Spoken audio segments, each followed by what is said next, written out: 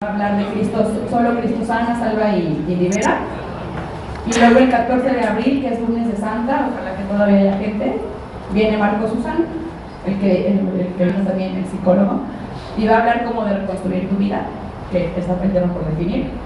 Y a lo mejor el lunes 28 de Pascua, a lo mejor también lo hacemos, si hay gente, y viene Pilar Cobarro, y es una psicóloga que habla de los duelos y las separaciones, cómo superar los duelos, ¿no? Pero bueno, ¿se ve interesante o no les gustó? Sí, claro. Pues ya se los mando por escrito, ¿sale? Muy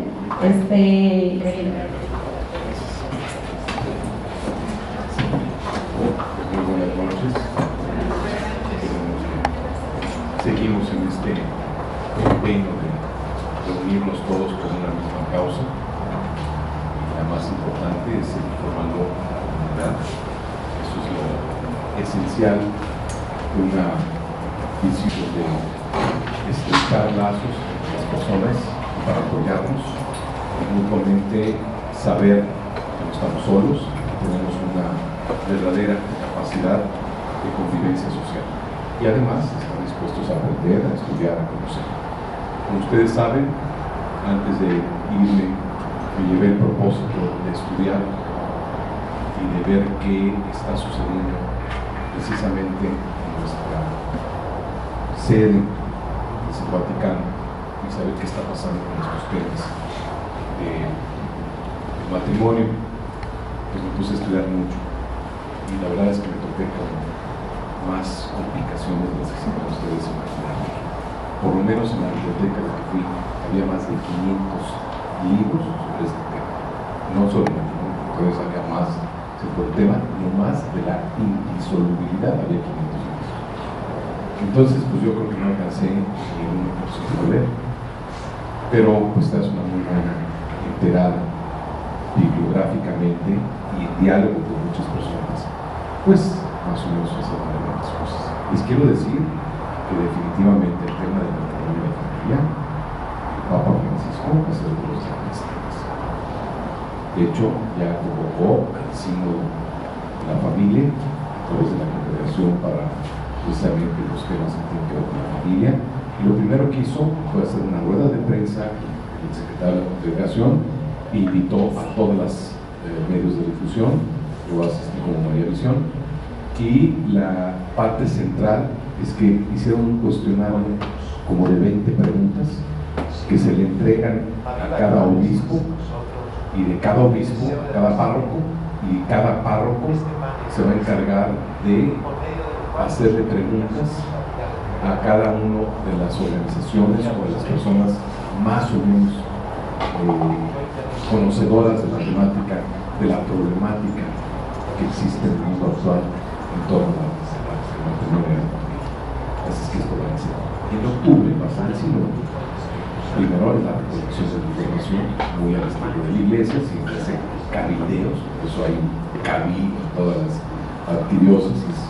Sí, siempre la iglesia sortea, se informa, consulta, investiga, no se toma bastante bien sensible a lo que está pasando en todas las culturas y en todos los países. Entonces se vienen verdaderos temas y sin duda alguna un tema en el que está atrapada la misma propuesta de la iglesia, porque me topé con unos libros de unos teólogos sensacionales católicos que decían, a ver, ¿cómo es posible que los divorciados vueltos a casar no tengan acceso a lo esencial de la fe cristiana, que es el sacramento de la confesión, que es el perdón? ¿Cómo es que se perdona a un asesino, a un tirano, a un sinvergüenza de lo peor que existe? Y se le da el perdón, y ya un divorciado vuelto a casar. Bueno, los planteamientos teológicos son muy fuertes, no hay respuesta. La iglesia es muy prudente, muy cuidadosa y no quiere saltar a dar respuestas precipitadas que no contradigan un hecho de tradición que es esencial y elemental para nuestra iglesia. ¿Y qué es eso? Pues yo, como Papa, no voy a contradecir lo que Papa Urbano IV del siglo IV, ni a Benedicto VII del siglo XVI. Yo no voy a contradecir. Entonces, el magisterio de la Iglesia es y debe de ser muy consistente y muy congruente. Desde principios de la Iglesia se ha cuidado mucho, por temas que les voy a explicar, el tema de la indisolubilidad del matrimonio, que es el tema central del cual tenemos que tratar. Estudié entonces también, que con mucho gusto les voy compartiendo, y esto es también para abrir diálogo, la postura del tema matrimonio, indisolubilidad, rupturas, separación, divorcio, primero en el Antiguo Testamento, luego en tiempos de Jesús, luego en las primeras épocas de la Iglesia Católica, en principios del cristianismo, y luego encontré un magnífico libro sobre el tema, los primeros 12 siglos de la Iglesia.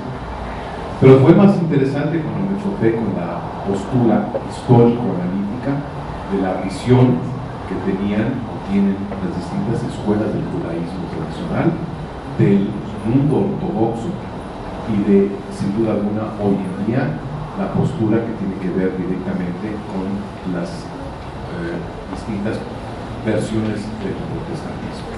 Es un debate muy interesante. Por ejemplo, ustedes no lo saben, pero la escuela teológica ortodoxa permite que una persona se pueda volver a casar, es decir, permite segundas nupcias. La escuela ortodoxa, los ortodoxos, sobre todo el rito de Constantinopla, bizantino, sí tienen toda una respuesta teológica para comprender que cualquier ser humano se puede equivocar, que entonces, bajo ciertos criterios y ciertas normas, cualquiera hace su solicitud y tiene el derecho a volverse a casar sin que se convierta en un pecado. Entonces, por supuesto que los debates entre teólogos se fueron complicados, muy difícil que estén. Pero nosotros somos católicos, nosotros como hermanos, y no estamos en Chipre, en Atenas, vivimos en Bizancio, es decir, en Turquía, y tampoco en todo el mundo bizantino de los rusos, que son los que viven esta experiencia. Y tenemos que comprender muchas de las realidades. Hay que comprender también que mucho del matiz que nosotros vivimos pues tiene que ver con la cultura romana. Y nosotros estamos muy incluidos con la visión romana. Y eso es lo que a mí más me impactó al leer todo esto. Y eso es una de las cosas que hay que entender, que de alguna manera tanto el judaísmo como la visión romana si eran muy estrictos, y por eso no había divorcios, en cuanto a que el respeto que el hombre le tenía, sobre todo en el mundo romano, al sacrosanto matrimonio, era tal que no había posibilidades de que el Señor anduviera de coscolín y anduviera haciendo barbaridades sin que la misma legislación romana te denunciara que tú seas porque eras el pater familia. Pater familia, eras el responsable, eras el líder, eras el que tenías que dar respuesta a lo que estaba pasando en tu casa. No podías tomar porque se te antojaba. Decir, pues ya esta señora no me gustó y pues a ver si me consigo otra vez. Leí una frase que me encantó del señor cardenal Carlo Caffarra, no sé si alguien ha oído hablar de Carlo Caffarra. Ha sido uno de los personajes dentro de la teología que ha escrito muchas cosas muy interesantes. Y él pone un concepto que dice que esa es una de las claves esenciales de entender hacia dónde debemos de comprender la problemática del matrimonio, de la disolubilidad y de los criterios que nosotros debimos haber traído más en nuestra época. Y uno de ellos es, y lo señala muy claramente, desde tiempos muy remotos, tanto en el mundo judaico como en el mundo romano, el tema del matrimonio no era un tema de la pareja, no era un tema del individuo, era un tema de la comunidad. ¿Qué quiere decir esto? Pues nada, que yo ya decidí que ya no me gusta la señora. La comunidad es la que decide, no tú. Piensa en eso. es un tema de la tribu, es un tema de la comunidad. Vaya, hoy sí lo vivimos de alguna manera, porque el día que alguien decide separarse, ¿a qué más le tenemos miedo? Al propio la identidad familiar. De alguna manera, todavía tenemos un rezago de ese mismo principio, pero que entonces no era solamente tus consanguíneos, tu tía, tu abuela, tu madrina, no, era la comunidad. Entonces la comunidad ponía frenos, límites, y también para que no les haciendo barbaridades, porque además, si hoy aquí en nuestra hermosa provincia Tapatía nos damos a la tarea de estar enterados de todo lo que pasa con los vecinos, amigos y parientes, se pueden imaginar en las ciudades de antes, ¿verdad? Todo el mundo sabía cuentas de todo. Entonces la comunidad era la corresponsable del sustento de la vida de pareja y por lo tanto del sustento de la vida de la familia. Por ahí va, pone Carlos Caparra, cardenal, que es de las cosas que se deben de incluir en el formato de que el matrimonio que se celebra ante la comunidad, ante los familiares, no deje de ser de la comunidad de los familiares, no es una decisión individual. Hoy en día muchas personas definitivamente sí siguen encontrando en su familia un maravilloso apoyo para sortear los problemas y las dificultades, porque en eso es muy importante seguir contando con el apoyo. Y esto, que es una nota muy importante, pues es el privilegio de nosotros los latinos. Sí se nota grande la diferencia entre cuando estás en Roma, cuando ves la cultura latina, viviendo la Mediterránea, y cuando ves la cultura, sobre todo norteamericana, que son individualistas y apartados de su contexto familiar grande. Y nosotros, pues también hemos incluido con los vecinos del norte y hemos ido perdiendo a grandes pasos lo que todavía hay en Italia, un gran sentido de comunidad y un gran sentido de regiones, colonias, vecindarios, donde es increíble el apoyo de la comunidad. Se ponen hasta de acuerdo en la comunidad cómo se han estacionado los automóviles, no permiten entrada de tiendas de conveniencia que vengan a eliminar a la señora que tiene su panadería desde hace 60 o 80 años. Es decir, hay un sentido de convivencia en la comunidad. Asistí a la misa de gallo en la parroquia en la que estaba cerca y es increíble, de verdad, qué sentido de comunidad y de familia. Como era una unidad de modo de extranjeros, se puede sentir la realidad del peso de la comunidad. ¿Qué quiero decirles? Que por eso empecé la charla de hoy pensándoles,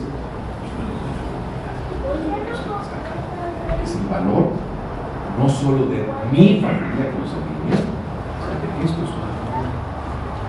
¿A qué viene todo eso también como introducción? Pues un poco contarles las partes en las que me está estudiando, sino el tema del día de hoy. Yo no sé por qué todavía tengo una idea un poco humana de padre de familia, de que prácticamente casarse es algo que no propiedad de todos. Y sin darnos cuenta, vivimos así. ¿Cómo caímos en un sentido de propiedad, casi reduciendo al otro, si fuera realmente un objeto que adquiere? Como si el pacto conjugal fuera un pacto de un contrato en el que yo adquiero derechos por ti. No debes de salir, no debes de hacer, no debes de tomar, solo para mí. ¿Cómo? Cuando yo leía todas esas cosas decía, sí, estamos hablando de la objetivización utilitaria de las personas. Entonces, un primer paso muy importante a entender cómo ir resolviendo y desenredando este complejo nudo en nuestras vidas conyugales, en nuestras vidas de pareja, y que por eso también es tan difícil poder vivir en pareja hoy en día, pues porque venimos a creer que el otro es el otro. Perdemos el sentido esencial y básico de que mutuamente los dos nos unimos, no para formar un pacto en el que tú y yo tenemos que hacer algo, sino un pacto en el que nuestra tarea es siempre servir. Y les voy a dar una anécdota que recientemente leí. El padre Lombardi, que es jesuita, es muy inteligente, por supuesto, y responde así: mire usted, al interrogante periodista que le hizo la pregunta un poco capciosa. Una cosa que debemos aprender de la iglesia es que cualquier persona que tenga una función o un cargo, o incluso cualquier verdadero católico, está aquí para servir. Entonces, si dos personas tienen la misión de servir, no hay, y lo dice así, una lucha de poder. Cuando entonces uno de los dos decide que sí es una lucha de poder y se convierte en una rivalidad, en una envidia, se acaba el sentido de que tú y yo estamos para servir a Dios, punto. Entonces, cualquier conflicto interpersonal, y es cierto, lo sabemos en psicología que así se da, proviene de una lucha por el poder, en vez de no perder nunca de vista que nuestra única tarea es servir. ¿Servir a quién?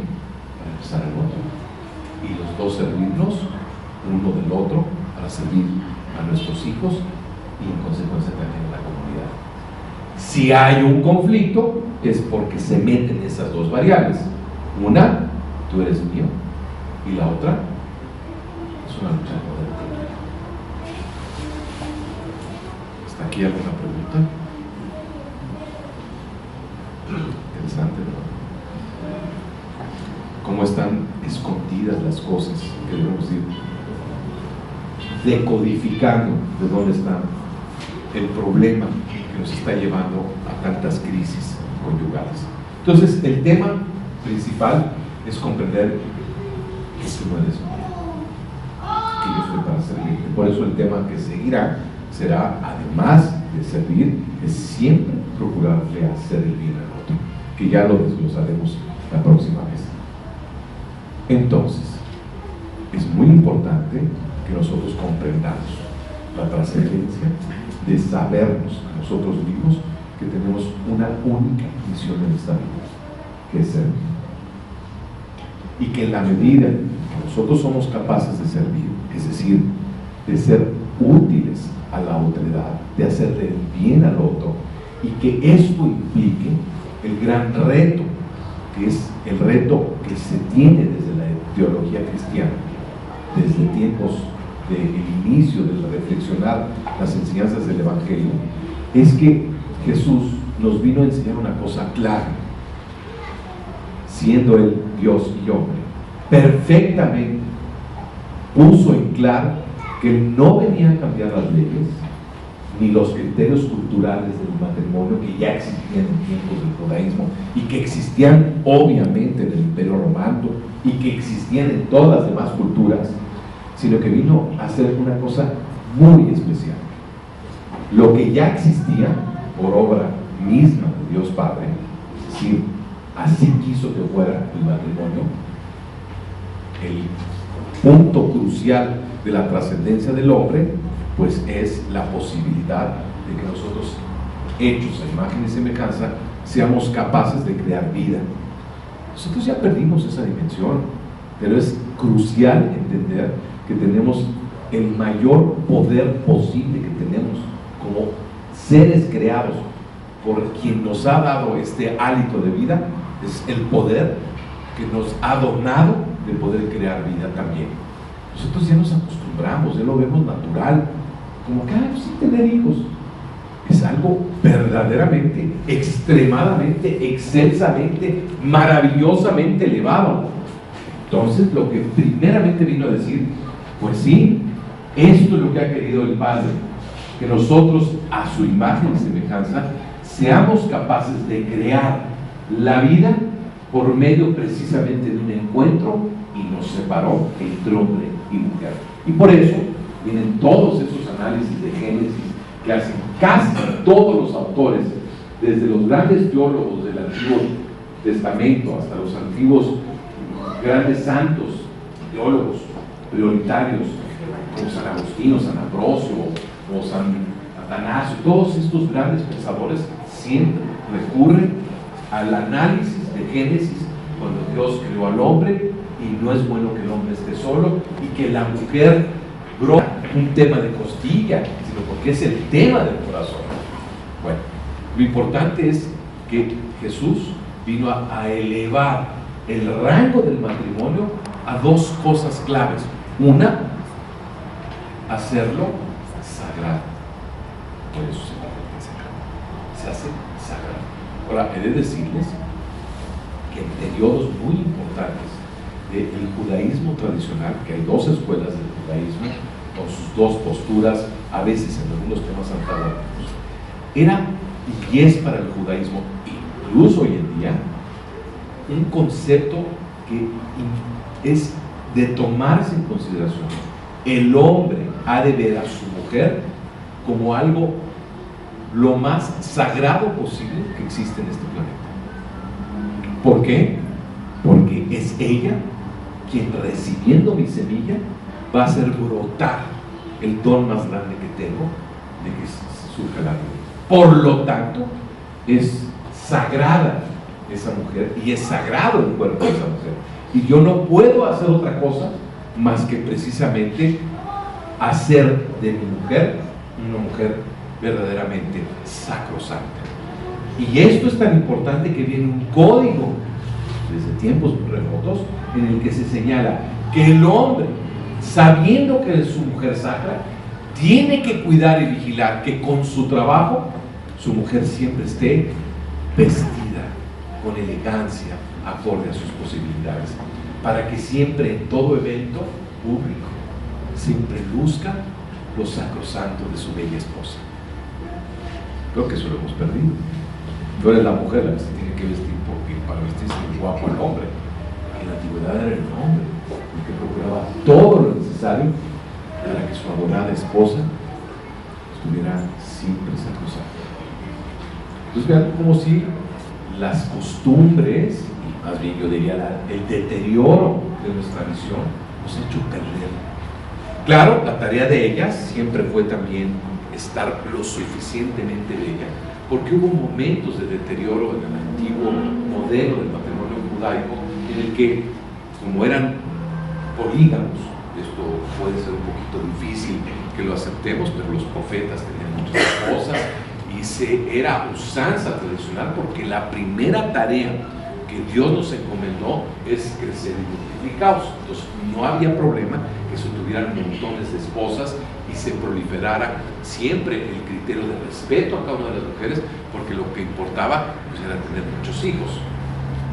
Lo importante entonces era que era un cuidado tan esmerado verdaderamente que se tenía cada hombre a su mujer, que hubo un momento de deterioro, como en muchos momentos cayó el pueblo judío, que efectivamente se abusó de las normas y de los criterios, que hubo muchos periodos en que hombres decían: mi mujer ya no se ve bella, la desecho y tomo otra.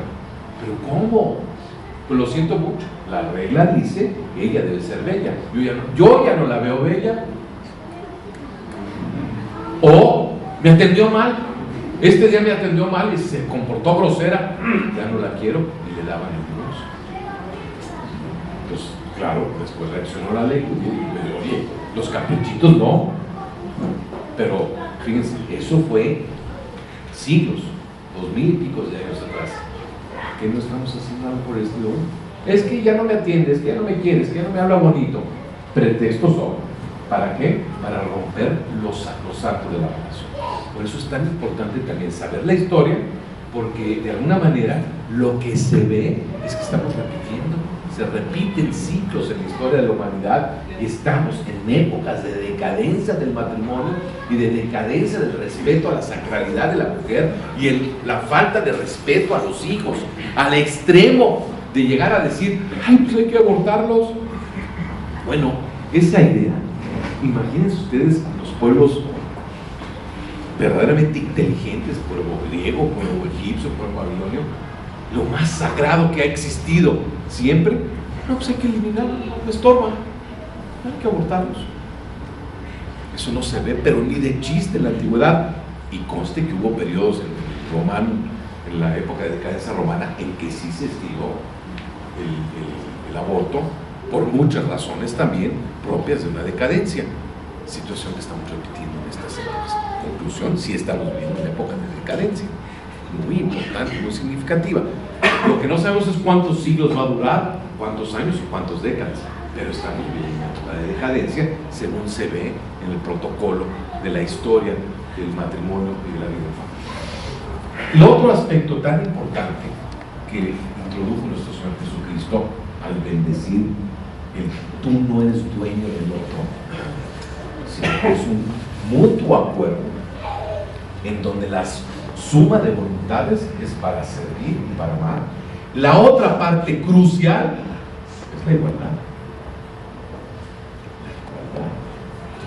Y como que eso ha costado mucho trabajo en todos los siglos de la iglesia, el que somos iguales, hombre y mujer.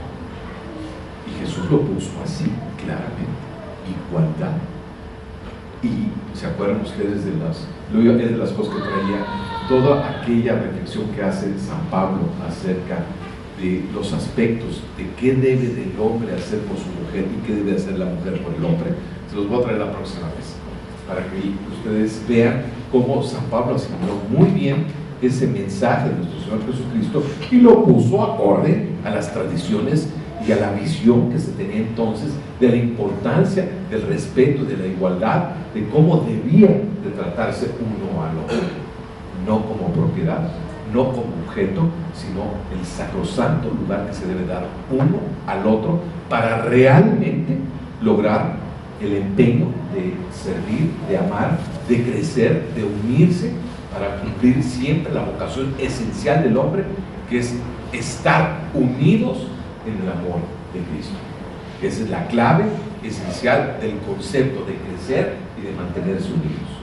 Entonces es muy importante que en toda la teología católica, en toda la teología cristiana, y ahora sí digo católica, porque ustedes saben que ya hay teología protestante, hay teología ortodoxa, hay una teología judaica, que todas estas esperamos, es uno de los temas que también escuché mucho en Roma, a iniciativa del Papa Francisco, de hacer diálogo teológico, ya no solamente encuentro y respeto con judíos, con ortodoxos, con los hermanos cristianos, sino ahora hacer un encuentro de qué cosas teológicas debemos de mutuamente trabajar para no estar en discordia, en desacuerdos, sino mejor vamos a llegar a acuerdos en lo que sí sea posible tener acuerdos.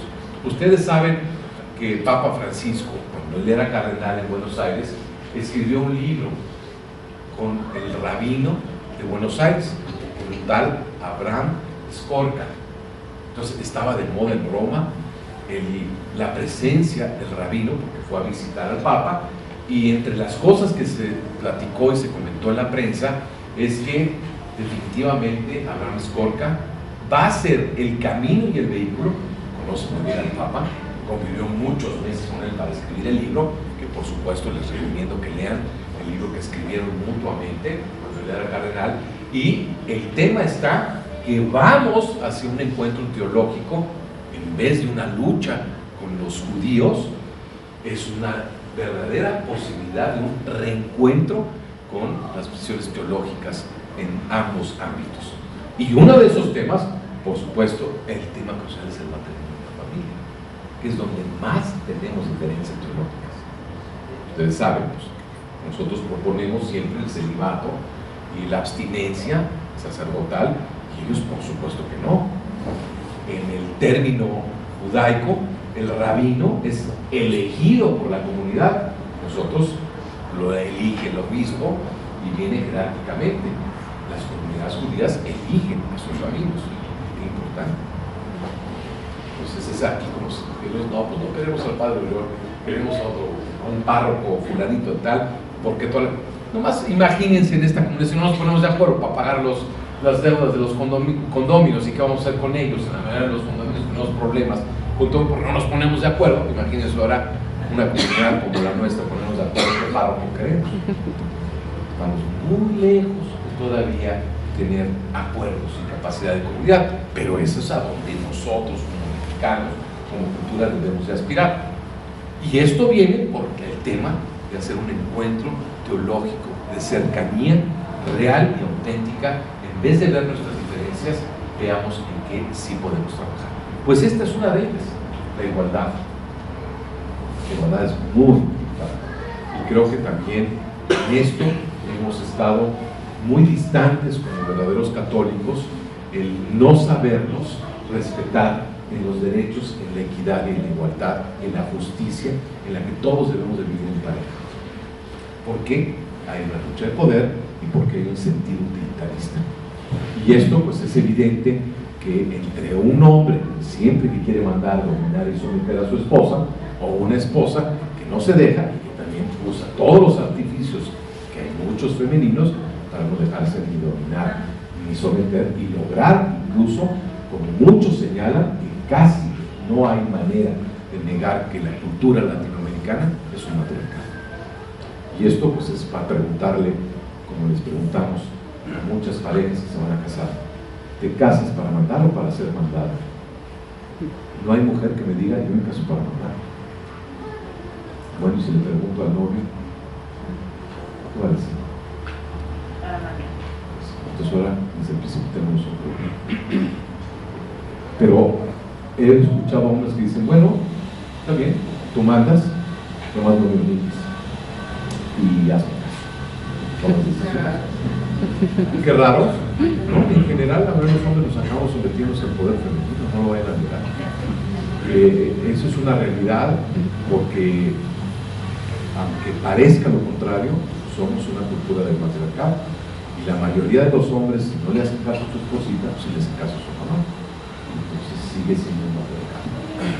Y esto pues no es en otras culturas, la mayoría de los hombres finalmente: vamos a comer todos los domingos, todos los martes. ¿Con quién? Mi mamá. La esposita pues tiene que apechugar, porque pues lo único que hace es saber que hay una mamá muy poderosa, y más vale no pelearse con la suegra, pero casi no hay nuera que no tenga aflicciones y dificultades con la suegra. ¿Y por qué es eso? Pues porque las suegras gobiernan. Y hay que ver en la tercera edad quién manda en casa. El Señor. Sí, ¿cómo? Si no, a lo mejor en la juventud hay que esperarse un poquito de años y veremos al final quién manda en las casas. Vivimos en un matriarcado, ¿no? Entonces también este es un tema que se va a tener que plantear mucho, en la igualdad y la equidad, que realmente seamos capaces de entender el principio básico que nos propone siempre Papa Francisco, y que viene siendo también una tradición muy clara del magisterio de la Iglesia. Tenemos que aprender a ejercer el verdadero sentido del respeto. Entonces, yo no puedo dominarte, no debo de obligarte, no debo de someterte, no te debo de utilizar, te tengo que dar tu lugar, tu opinión es tan valiosa como la mía, considerar tu punto de vista, tus decisiones, porque los dos estamos para vivir la mejor etapa de nuestras vidas, tratando de hacer lo mejor posible. Y para eso se va a requerir que nosotros tengamos muy claro el concepto de respeto, que yo creo que es de las cosas que más crisis nos causa. Nos faltamos mucho al respeto. Y algo que quedó muy claro al leer todos estos trabajos, pues es que efectivamente vivimos en una tentación constante por insultar, por ofender, por quitar, por gobernar, por manipular, por esconder, por lastimar, por dañar a quien más queremos. Y eso es falta de respeto. Y eso nos hace falta mucho en nuestra cultura, aprender el respeto. Respeto a las normas, respeto a las reglas, respeto al silencio, respeto a la opinión del otro, respeto a las cosas íntimas del otro, sin ofender obviamente a ninguna señora ni a ningún padre. Pero ¿cuántos padres, cómo husmean las cosas de sus hijos?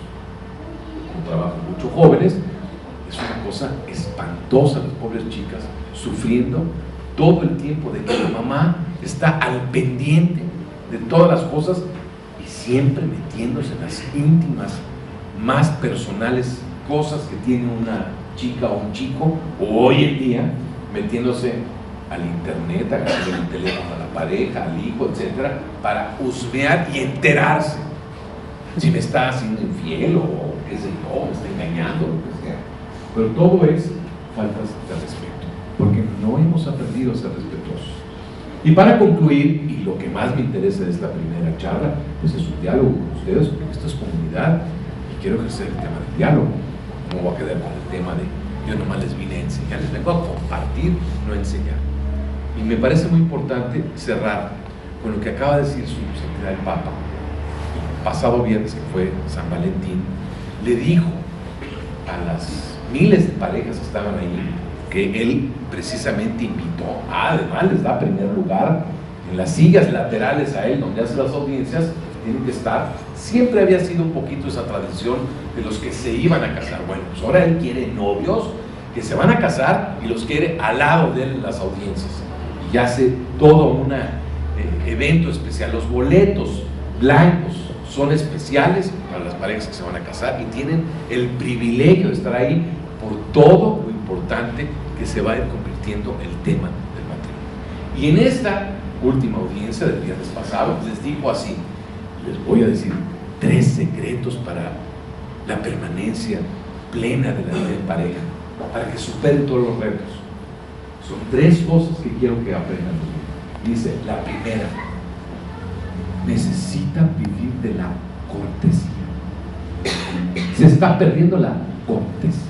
Cortejar, ser corteses, cuidadosos, respetuosos con el otro.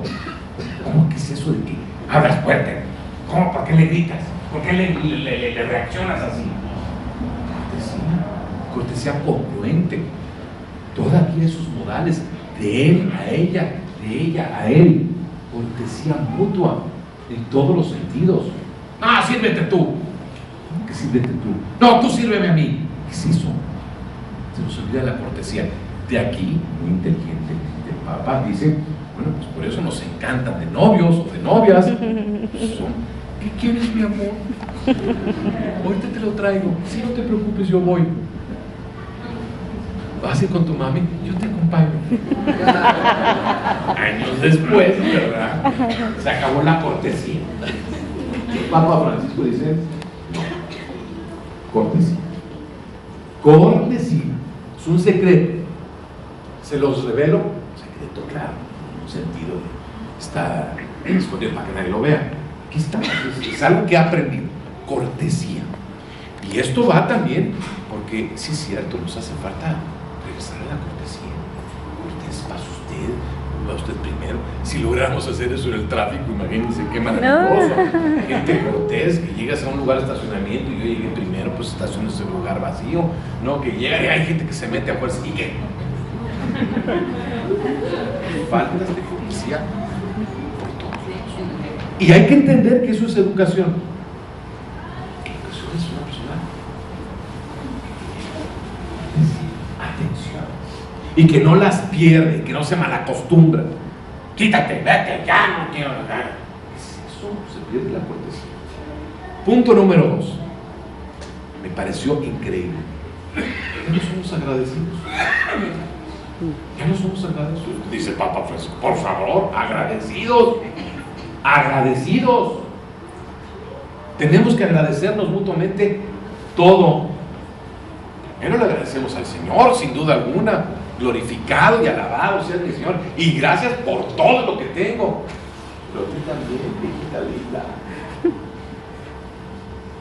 Se nos olvidan tantas cosas. Cometemos 2, 3 errores. Y todo lo demás, como dicen muchos señores y señoras que se quejan de sus crisis conyugales, es que ahora ya no, sí, ahora está fallando. Y lo que sí sigue vigente, no, eso ya no lo veo, ya no me interesa. Eso ya no, ni lo agradezco. Pues, ¿sabes qué? Regresa a agradecer muchas cosas que todavía tienes. Muchas cosas que todavía tienes. Es fabuloso volver a una cultura del agradecimiento. Y que sepamos que todos los días de nuestra vida, aquí estamos. Y ese agradecimiento de lo que tenemos y lo que somos, que no lo perdamos en esto. Entonces, por eso dice Papa Francisco, no dejen de agradecerse y todos los días estar en el sentido de agradecimiento. Y la tercera y última dice, todos vamos a cometer errores, todos vamos a fallarnos en muchas cosas. ¿Por qué? Pues porque somos imperfectos, por lo tanto, me voy a equivocar. Casi te anticipo, viejita linda, me voy a equivocar. La voy a regar en esto, otro. Te pido un favor, Soto, házmelo ver cortésmente, sin humillarme, sin ofenderme, sin gritarme, sin hacerme panchos, ni portazos, ni nada. Y aprende a comprender que si me equivoco, me puedas disculpar y yo te puedo pedir disculpas. Que esto trata todo el tema que muchos terapeutas y muchos teólogos y demás dicen que es el perdón, pero Papa Francisco dice no, es la disculpa. Aprende tú primero a pedir disculpas. Qué importante será eso de aquí en adelante, ¿no creen? Yo saber ser sensible para pedir disculpas, saberte agradecer y nunca dejar de ser atento y cortés uno con el otro. Bueno, hasta aquí lo que había preparado para ustedes. Me interesa mucho que esto se convierta, y la vez pasada que estuve el lunes aquí también dije, me gustaría mucho el diálogo, me gusta mucho el diálogo, y aprendí mucho eso allá también, a las conferencias que asistí. Todo el tiempo se abren. La única diferencia es que cuando un italiano le agarra el micrófono, no, para que lo suelte está en grande. De veras que se echan 15 minutos de intervención, 10 minutos. Entonces, no hay conferencia en que el moderador tiene que decir, oiga, ya, ciérrele, porque aquí están, bueno, se echan perolatas completas. Y aquí sí somos muy cortos, muy escuetos, pero sí me gustaría que entráramos en esa conversación, en ese diálogo.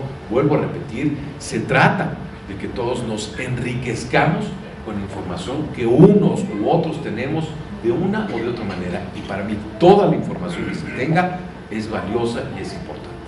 Pues muchas gracias, y pues queda abierta el diálogo para cualquiera de estos temas o de lo que ustedes quieran, porque aquí no, a mi parecer, pues no vamos a reducir a decir, si ustedes tienen una incógnita, tienen alguna pregunta temática que yo pueda, con lo que me he puesto a estudiar, ayudarlos a resolver, o por lo menos darle pista por dónde van las cosas, encantado de la vida.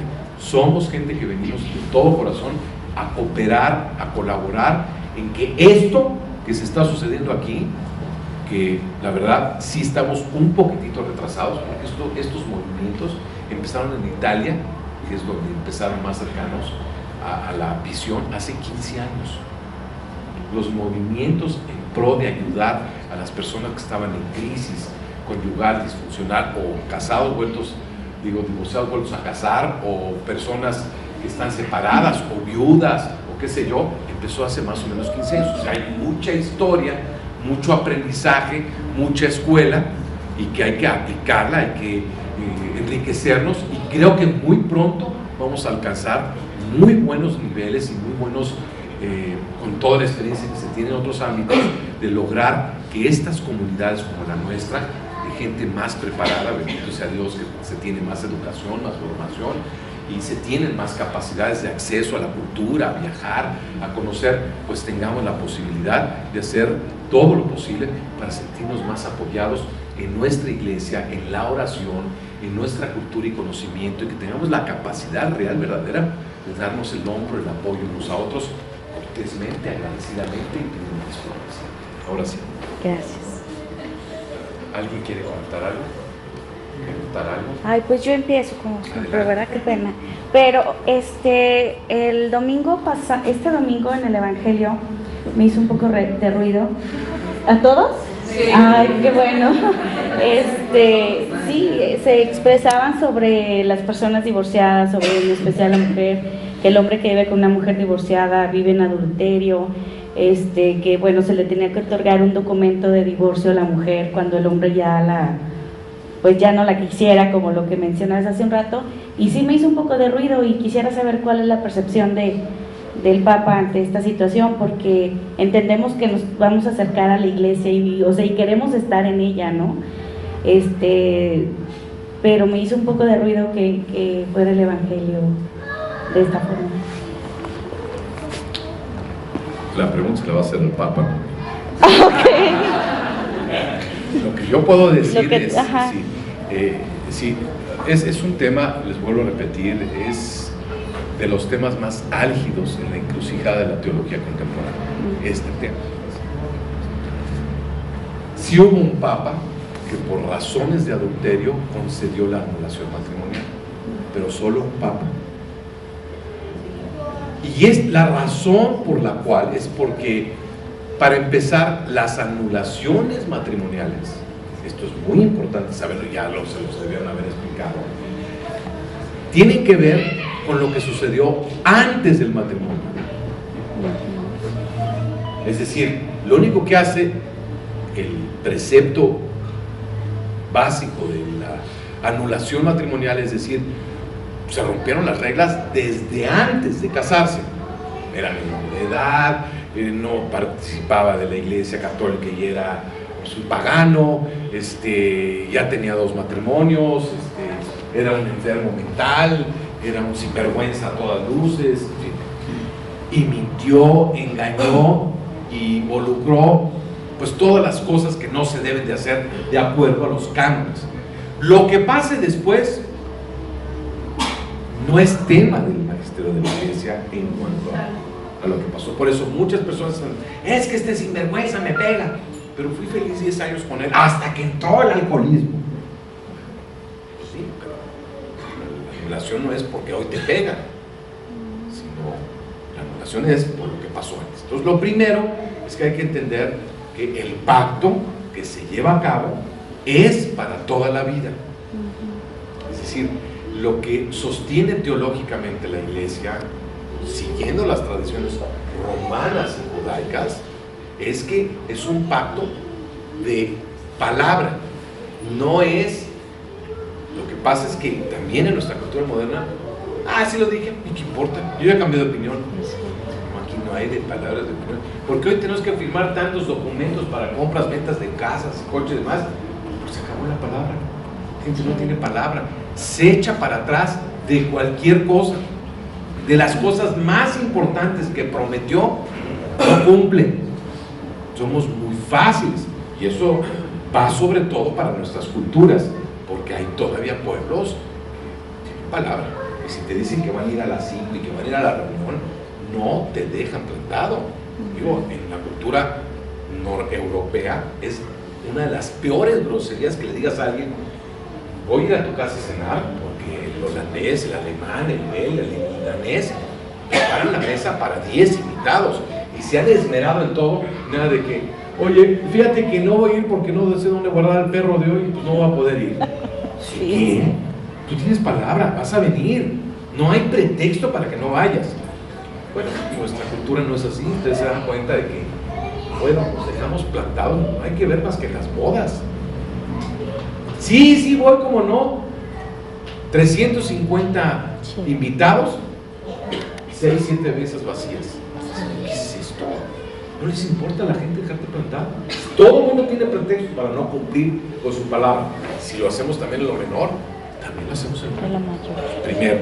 Entonces, por eso, sí es cierto que aquí hay toda una psicología y una teología del hombre contemporáneo, y que por eso lo que trata de hacer la iglesia es decir, nosotros seguiremos firmes en la misma postura. La palabra es la palabra y la tienes que cumplir hasta sus últimas consecuencias. No me vengas con pretextos de que es que ya no me pareció, ya me cansé, etc. No hay pretextos. Y entonces, como tú mismo rompiste la palabra, ahora quieres componerla a tu muy particular entender. Ya no te pareció esa relación, pues empiezas otra. Entonces, ¿dónde está tu palabra para empezar?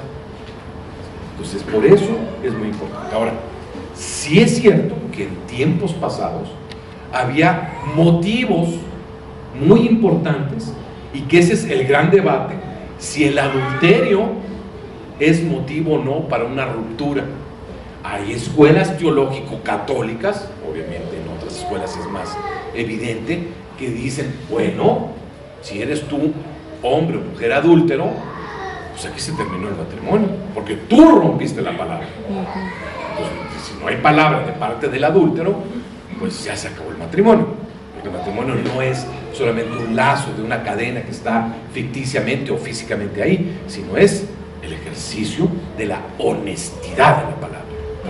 Entonces, una persona que por su adulterio rompe, pues como dicen también los teólogos, hay dos, pero uno generalmente en todas las separaciones, divorcios y crisis, uno es el activo y el otro es la víctima pasiva. Es decir, uno es el que hace las barbaridades y el otro pues tiene que apechugar, pues el otro ya hizo, ya tornó, etcétera, pues el otro tiene que aguantarse. Entonces todavía, desde la tradición más antigua, y es una de las grandes invitaciones de los teólogos contemporáneos, a decirle a la iglesia, por favor, no castigues al que es víctima.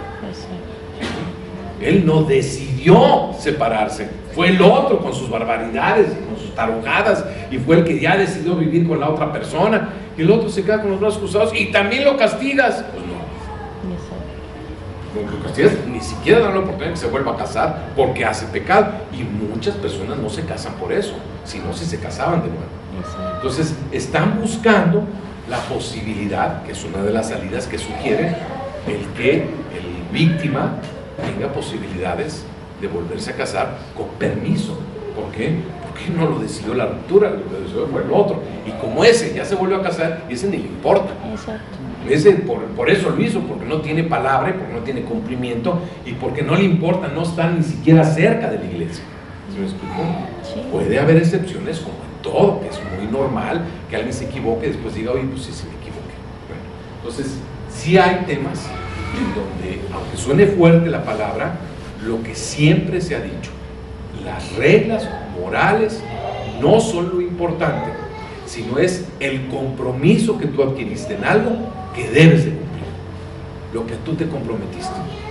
Entonces, sí es muy firme Jesús en sus palabras, los mismos apóstoles, en especial San Pablo, y obviamente todos los que tomando esos principios.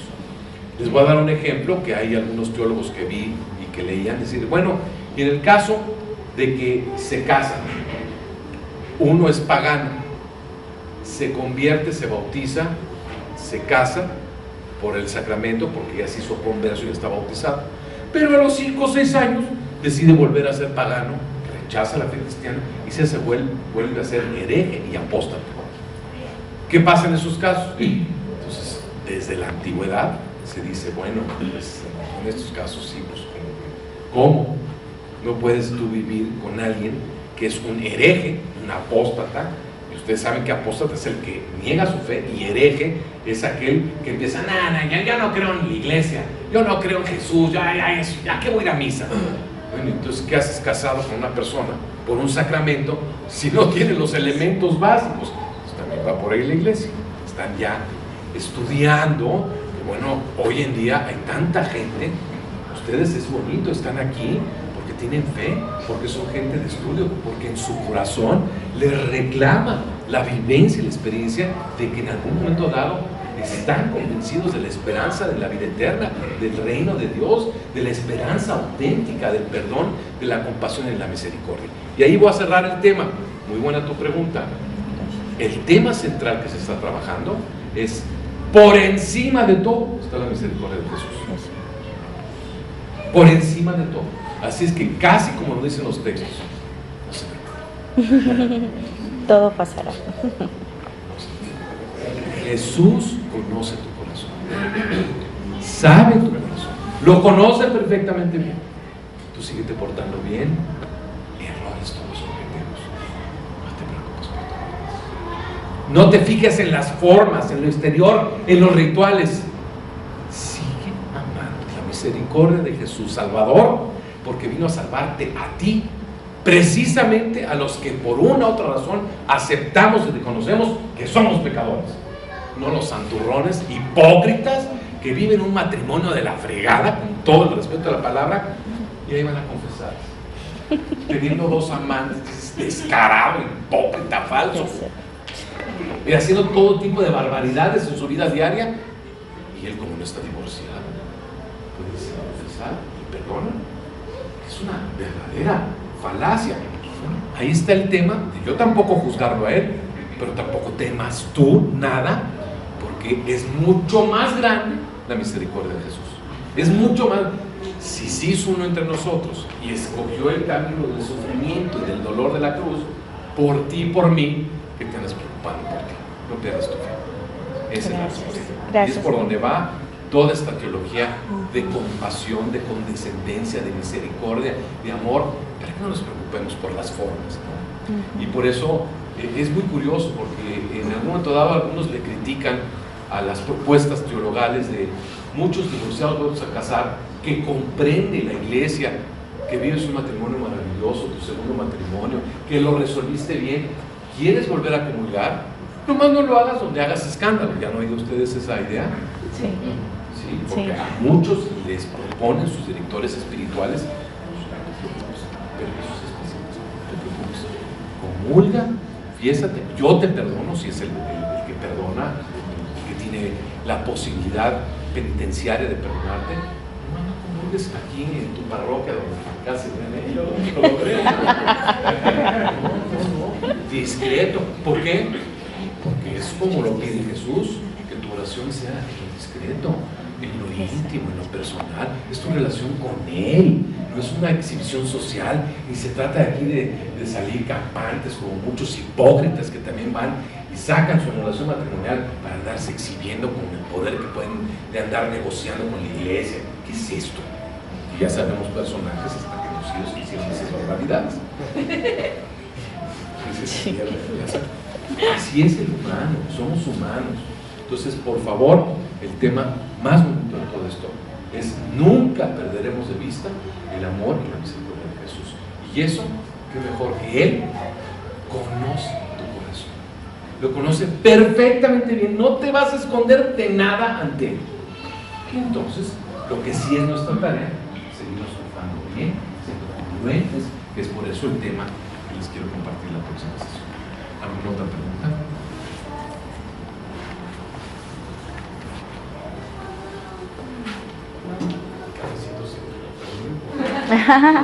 Ahí te ponemos más que. ¿No quieren comentar algo? Como una retroalimentación aquí o afuera, con el cafecito. Yo sí tengo un comentario. Si quieras. Gracias. Bueno, me quedaron dos dudas acerca de lo que decía usted, de que como se comportaban antes, viene a ser como cíclico, igual que la moda, las formas, muchas situaciones que vivimos. Yo no sabía que también las actitudes entre personas casadas eran cíclicos. Pero usted que estudia tanto acerca de este tema, ¿qué sucedió cuando se terminó esa manera de ser?